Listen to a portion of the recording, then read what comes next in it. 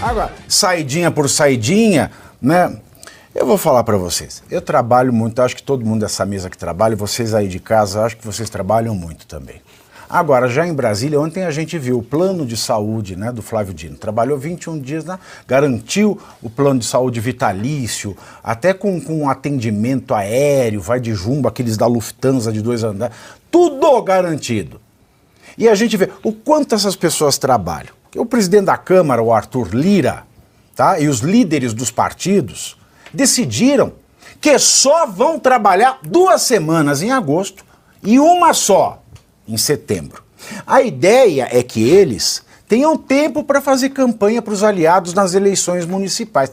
Em agosto, a Câmara vai funcionar 6 dias, entre os dias 12 e 14 e depois entre 26 e 28, porque vale lembrar que segunda e sexta também já é morto. Claro. Não tem, claro. Tá? Quem trabalha de segunda e sexta? Em setembro, só tem previsto atividade para 3 dias, dia 9, 10 e 11 de setembro. No total, portanto, a Câmara dos Deputados trabalhará apenas 9 dias nos meses somados. E eles ganham, Vitor, 13º, 14º, plano de saúde, 25 assessor, auxílio paletó, auxílio gabinete, auxílio passar. Isso é... Imagina você trabalhar 3 dias no mês e ganhar tudo isso. Queria, né? É a realidade distante de todo e qualquer brasileiro, mas é a realidade dos sonhos, né? Acho que o que é importante em relação a isso, Pavê, é que a gente não perca a capacidade de se escandalizar com isso. Porque não é a primeira vez que acontece, não é só o Arthur Lira, não é um problema só dessa legislatura. Todos, né? Não são só dos líderes, talvez nem apenas dos partidos do Centrão, isso pode ter a conivência dos caciques da direita, da esquerda. E o que é importante é que o brasileiro não perca a capacidade de se indignar com isso, de cobrar mudanças. A gente não pode aceitar que é assim mesmo, político rouba mesmo, político trabalha pouco, político ganha muito dinheiro. Não pode ser assim, né? A gente tem que trabalhar para que haja mudanças efetivas. E eleger parlamentares, é claro que é difícil, é claro que eu estou sendo aqui, de certa forma, idealista e utópico.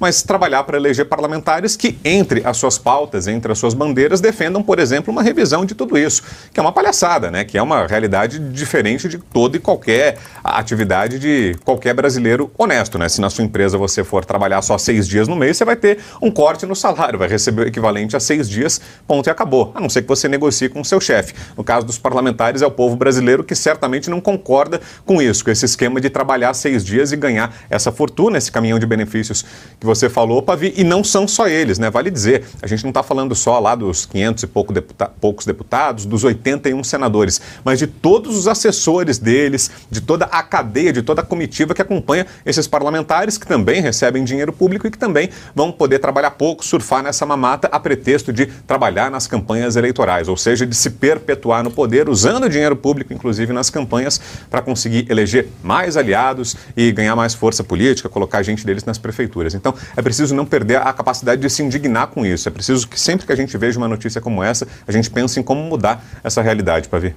Agora, ô Musa, a gente está falando, né? E as joias, 6,8 milhões do patrimônio brasileiro, que nem do patrimônio brasileiro é. Agora vamos pensar aqui. Um deputado federal ganha 44 conto de salário. Não vou nem pôr as benesses. 44 mil. 44 são quantos deputados? 513. 500. Vamos arredondar aqui para 500, né? É 544. Aqui vai 4, aqui vai não sei o quê. Faz aí, Bruno Musa, você que é da matemática. 513 vezes 44 mil. 22 milhões e meio. 22 milhões e meio. Por mês. Ó, tá, nesse Salário, mês. Hein? Por mês. Se a gente tá... o Bolsonaro está acabando com 6,8 milhões de reais.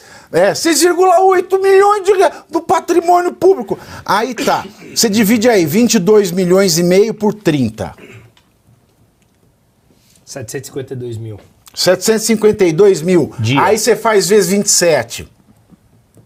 Por que 27? Porque é o dia que eles não vão trabalhar. Ah, tá. 20 milhões e 300. 20 milhões e 300 mil, ó, jogado fora do dinheiro do contribuinte. Por mês? Nesse mês de setembro.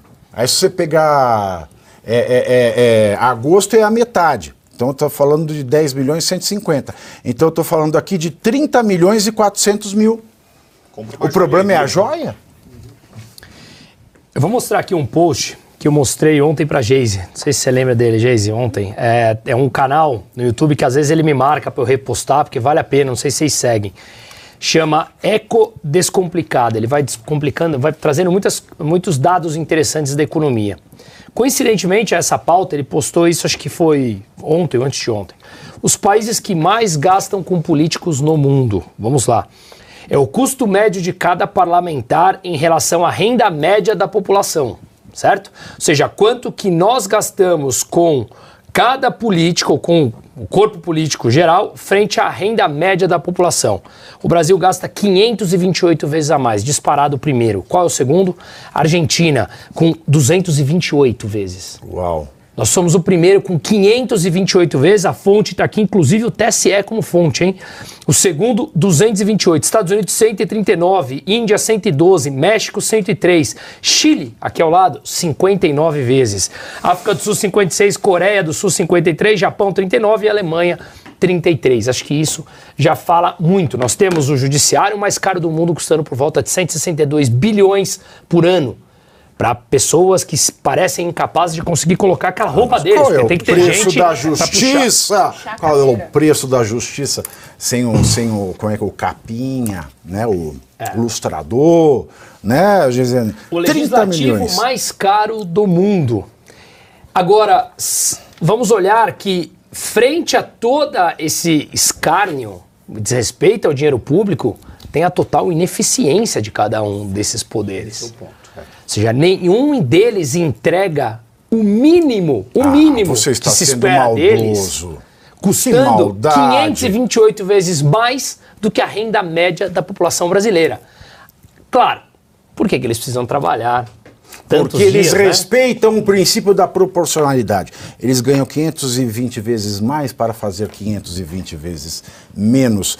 Hoje se dá mais que quatro escândalos das joias, essas não trabalhadas de agosto e setembro. Esse dado mostra pra gente mais uma vez, assim, porque o que não faltam são dados da realidade do lado de cá, né, do lado dos que estão mais à direita, de que é só uma perseguição política, nesse caso das joias, é só assim pra desgastar a imagem do Bolsonaro, uma vez que a gente tá chegando aí em eleições municipais e evidentemente ele vai apoiar vários candidatos, e desgastar mesmo, criar esse espantalho pra bater em cima, que já vem aí sendo criado há mais ou menos uns 5 anos.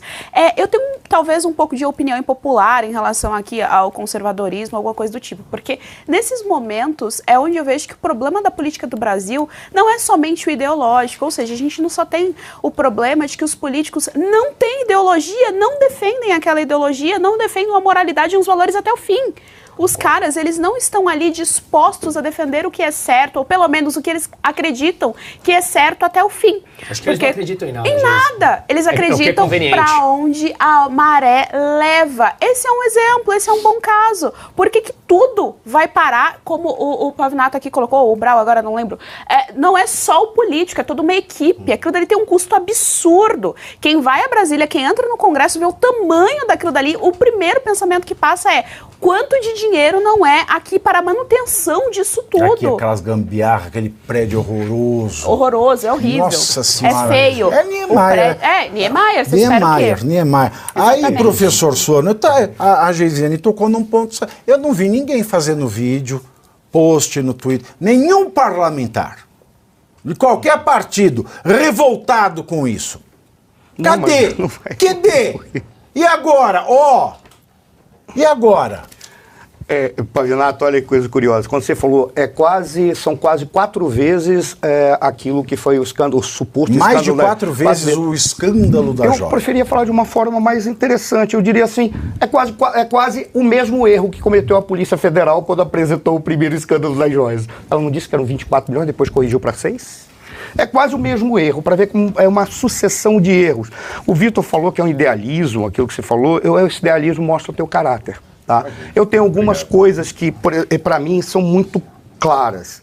Primeiro, a gente precisa dessa reforma política, precisa descentralizar o Brasil. O Brasil não pode estar mais em Brasília, ele tem que estar no Brasil propriamente dito. Até mesmo para dar racionalidade para a máquina pública, e eu que defendo uma máquina pública enxuta, até mesmo tendendo ao libertarianismo, embora eu seja um monarquista, tá? Mas deixa isso de lado, não cabe aqui.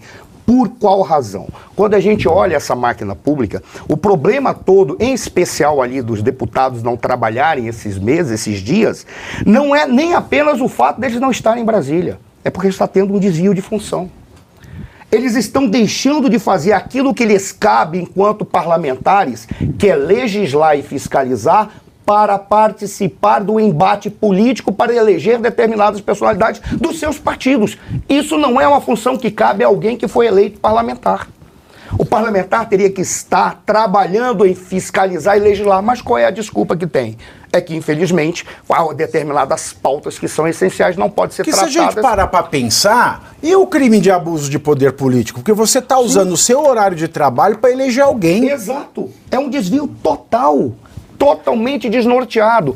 Porque quando a gente fala, por exemplo, do tempo em que eles trabalham, o trabalho do político não é só estar lá debatendo as leis. O trabalho do político é saber o que a base quer, conversar com os aliados, fazer a convergência de propostas, propor ou produzir programas, sejam projetos de lei, sejam programas de governo, o que quer que seja, e debater em dias específicos da semana. De maneira que você não precisaria tê-los todos os dias lá, desde que eles estivessem trabalhando dentro da sua função, atribuição, que seria exatamente aquilo que o Bruno falou, ter eficiência, porque ele geraria eficiência. Mas eles não são eficientes também, é importante a gente colocar que eles não têm preparo para isso, tá? Mas eles aí, não têm nenhum eu já vou preparo encerrar, mas eu preciso concluir. Burocrático, mas nem eu já técnico. preciso concluir, porque dá a impressão que eu estou defendendo eles. Né? A questão toda é, independentemente deles terem ou não terem um preparo teórico, o problema todo está na quantidade de parlamentares, na quantidade de assessores, porque parte dos assessores que estão ali, alguns trabalham muito exatamente para cumprir a vagabundagem dos outros que foram colocados lá para pagar dívidas políticas, exatamente pela ineficiência. Mas isso, além do que você falou, isso está na mentalidade também, porque eu concordo no que você está falando, Geise, que ontem a gente tinha uma pauta aqui, não deu tempo da gente falar, que o Pacheco falou que mais perigoso que a inteligência artificial é a burrice humana. Então, ou seja, a inteligência artificial já é perigoso. Exato, a inteligência artificial já é presente hoje.